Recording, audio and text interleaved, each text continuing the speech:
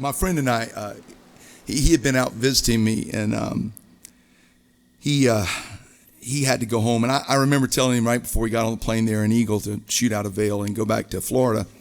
His dad and mom, I knew them. They were from North Carolina. And I said, call me when you get home. Seriously, let me know you made it so I won't worry about, your flight and stuff.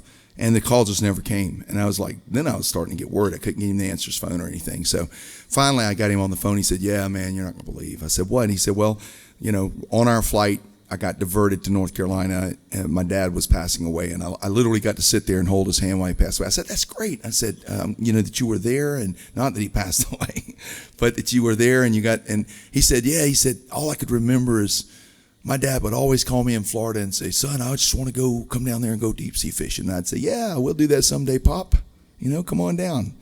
And so he hung up the phone, and we ended the phone call, and I went, someday. We're going to run out of someday. Before I run out of someday, picked up the phone and I called him back up and I said, I got this song. We got to write it. We got to do it. We got to do it now. And some songs come like that. You just got to get them out. They take, 20 minutes to write and you're done. So we wrote this song, and as we're writing this song on the phone, I told him, I said, this sounds like Toby Keith. And Toby had been out a couple of times with his family to see the show and ski Beaver Creek, and he was always in the crowd, and I would just never bother him. And we wrote the song, and as it was the end of the season, and it was on my last day, and I just finished that song a few days before, and somebody came up and asked for a Toby Keith song, and I didn't know Toby was there. And I said, nah, we got to end the show. I tell you what, I'll do you one I wrote, and I think Toby should cut this. It's a great song. I told a story about it, played the song. When I got through, I finished the show. I said, everybody have a great one. We'll see you next winter. And I was cleaning up, and this lady came and said, hey, come have a beer with us at that table in the back. And I said, sure, let me clean up here. And so I went over there, and it was only one seat. I sat down, and everybody just starts laughing. And I'm like, well, I obviously got here after the joke. And all of a sudden, the guy beside me goes, he has a ski toboggan beanie on, and he pulls it up. He had it pulled way down too, he pulls it up and goes, man, I love my new song. And I was like, no way. He goes, yeah, I'm not kidding. I do. I love that song, man. He said, would you go get your guitar and play it for me right here at the table? And I went, let me think about that. Okay. Anyway, there were a lot of things that found their way into this song. But I put one of the lines in the song says, I spent a lifetime getting ready for my lifetime to begin.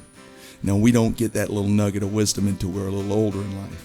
And then we wake up and we realize, you know what? While I was getting ready for it, it happened.